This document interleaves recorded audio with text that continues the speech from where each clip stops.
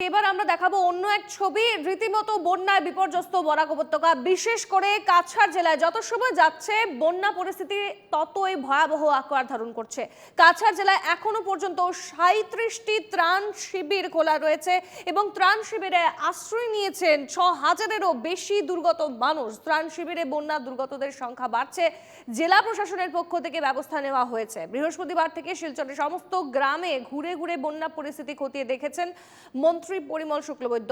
এ নিয়ে আমরা সরাসরি যাব আমাদের প্রতিনিধি পাপলু দাসের কাছে। পাপলু, তুমি যে স্থানে রয়েছে সেখানে ঠিক পরিস্থিতি এই মুহূর্তে কি রকম? যারা ত্রাণ শিবিরে রয়েছে তাদের কি অবস্থা? তারা পর্যাপ্ত পরিমাণের খাবার, পানীয় জল পাচ্ছে কি? স্বর্ণালী, প্রথমে যদি আমি ত্রাণ শিবিরের কথা বলি, দেখতে পেয়েছি আমরা যেগুলো ত্রাণ শিবির খোলা হয়েছে গোটা কাছাড় জেলায়, সেইগুলোতে কিন্তু এখন পর্যন্ত অনেক জায়গায় ত্রাণ পৌঁছায়নি। বিশেষ করে গ্রামাঞ্চলে যেসব ত্রাণ শিবির খোলা হয়েছে সেই শিবিরগুলোতে এখনো ত্রাণ শিবির পৌঁছায়নি। জেলা প্রশাসন চেষ্টা চালিয়ে যাচ্ছে।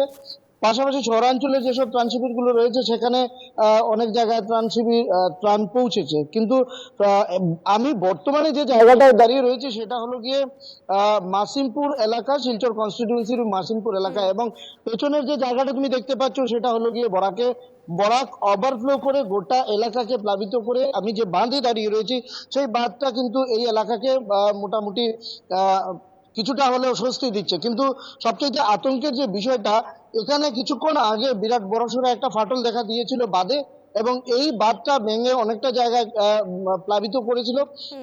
স্থানীয় জনগণ যারা ছিল সঙ্গে সঙ্গে কিন্তু তারা এখানে আজকে যেহেতু শুক্রবার, ঈদের নামাজ শেষ করে, অর্থাৎ জুম্মাবারের নামাজ না পড়ে কিন্তু স্থানীয়রা এখানে এসে উপস্থিত হয়ে এই বাঁধটাকে মেরামতি করেন, এবং গোটা বাঁধে কিন্তু অনেক জায়গায় লিকেজ রয়েছে।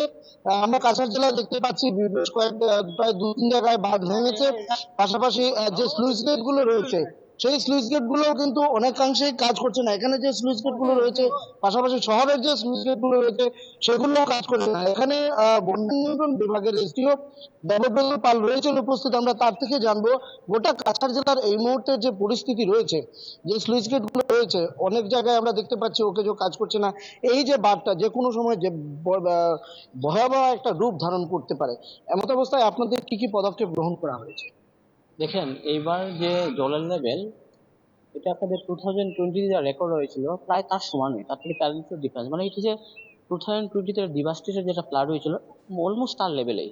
তথাপি আমরা চেষ্টা করছি বেতুকান্দির থেকে ধরে ভেরেঙ্গার থেকে ধরে সব জায়গাতে কন্ট্রোল। 2টা জায়গাতে ব্রিজ হয়েছে আমাদের এখানে, মানে যেখানে জল খুব স্পিডে বেরিয়ে ইনান্ডেট করেছে। বাকি জায়গাগুলোকে আমরা কন্ট্রোল করার চেষ্টা করছি আমাদের with limited man power, limited resources. এখানে সকালে শুনেছিলাম যে একটা জায়গাতে বয়েলিং হচ্ছে। এই বাদে তো অনেক জায়গায় আমরা দেখেছি যে সিপিজ হচ্ছে। সেটাই, এই বয়েলিং গুলা কি হচ্ছে, গাছ থাকায় গাছের রুট গুলা এখানে ঢুকে এখান দিয়ে উইক জোন গুলাকে উইক করছে আর কি।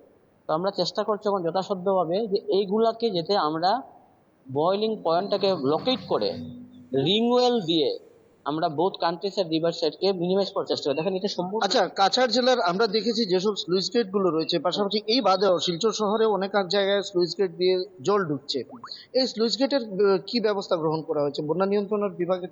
দেখেন আমাদের 3 বছর আগে যে স্লুইস গুলো ছিল তার থেকে অনেক ভালো স্লুইস হচ্ছে। কিন্তু দেখেন নাম্বার অফ স্লুইস আমরা অলরেডি মেকানিক্যালকে দিয়েছি, দে আর অলসো ডুইং। কিন্তু গ্রিজিং এফেক্ট, চ্যানেল এফেক্ট, অনেক সময় জলের নিচে থাকতে থাকতে প্ল্যাটফর্ম গুলো হয়ে যায়, যেটা অনেক সময় কেউই দেখতে পারে না। আমরা যথাসম্ভব চেষ্টা করছি মেকানিক্যাল কন্ট্যাক্ট করে মিনিমাইজ করার। যেমন এখানে কি হয়েছে, এখানে স্লুইসের প্রবলেম হয়নি, এখানে হচ্ছে বয়েলিং। মানে এই জলটা যদি অনেক দিন থাকে তাহলে মাটি লুজ করে এটা একটা টেন্ডেন্সি থাকে। খবরে নজর থাকবে আমাদের। আপাতত ধন্যবাদ জানাচ্ছি আমাদের প্রতিনিধি পাপলু দাসকে।